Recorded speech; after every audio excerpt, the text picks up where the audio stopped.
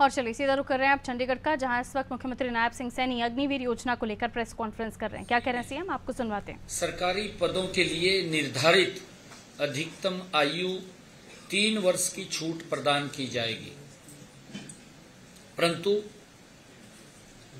अग्निवीरों के पहले बैच के मामले में आयु में यह छूट 5 वर्ष की होगी। सरकार ग्रुप सी में सिविल पदों पर सीधी भर्ती में अग्निवीरों के लिए 5% हॉरिजेंटल आरक्षण और ग्रुप बी में 1% हॉरिजेंटल आरक्षण प्रदान करेंगे।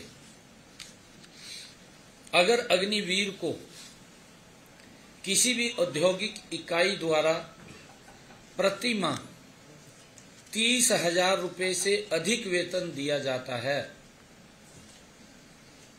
तो हमारी सरकार उस औद्योगिक इकाई को 60,000 रुपये वार्षिक की सब्सिडी देगी। यदि कोई अग्निवीर अपना उद्यम स्थापित करता है तो सरकार 5 लाख तक के ऋण पर ब्याज सहायता प्रदान की जाएगी। 5 लाख रुपए तक का अगर वो ऋण लेकर के काम करता है तो कोई ब्याज नहीं है उसके ऊपर। अग्निवीरों को प्राथमिकता के आधार पर आर्म लाइसेंस दिया जाएगा।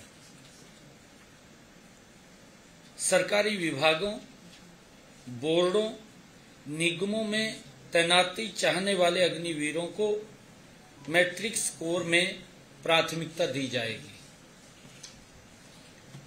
ये हमने हरियाणा में निर्णय किया है। दूसरा एक हमने निर्णय किया है, जो कोई एक्सीडेंट हो जाता है, कोई टक्कर मार करके चला गया,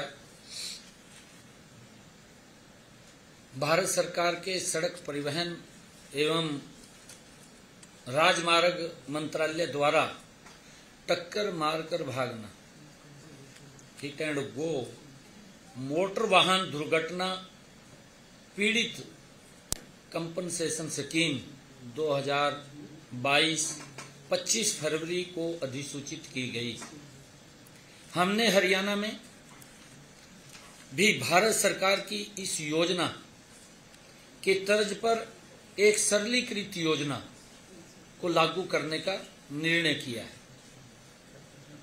हरियाणा सरकार प्रदेश में यातायात दुर्घटना के पीड़ितों को मुआवजा देगी और निःशुल्क उपचार की भी सुविधा प्रदान करेगी। हमने इसको 112 के साथ जोड़ करके कोई एक्सीडेंट हो जाता है, किसी भी हॉस्पिटल के अंदर वो उसको पहुंचाएंगे। कई बार जब पेशेंट वहां जाता था ये सोचते रहते थे कि इसका पैसा कौन देगा, कौन नहीं देगा। अगर किसी का दुर्घटनावश कोई दुर्घटना हो जाती है, एक्सीडेंट हो जाता है, तो उसको नियरेस्ट, चाहे वो प्राइवेट हॉस्पिटल है चाहे वो सरकारी हॉस्पिटल है, उसको तुरंत वहां पहुंचाएंगे और उसका सारा खर्चा वो सरकार वहन करेगी। ये निर्णय हमने किया है और ये सारा का सारा खर्चा ये जो वहन होगा ये हरियाणा रोड सेफ्टी फंड से किया जाएगा। हमने इस स्कीम के अंदर लिया है। इस स्कीम के तहत बीमाकृत तथा बीमा रहित वाहनों और टक्कर मारकर भागने वाले वाहन दुर्घटनाओं के पीड़ितों को कैशलेस उपचार की सुविधा प्रदान की जाएगी। इस स्कीम को सही ढंग से लागू करने के लिए स्थायी समिति का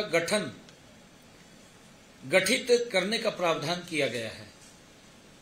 स्थायी समिति का एक गठन करने का प्रावधान इसके अंदर किया गया है।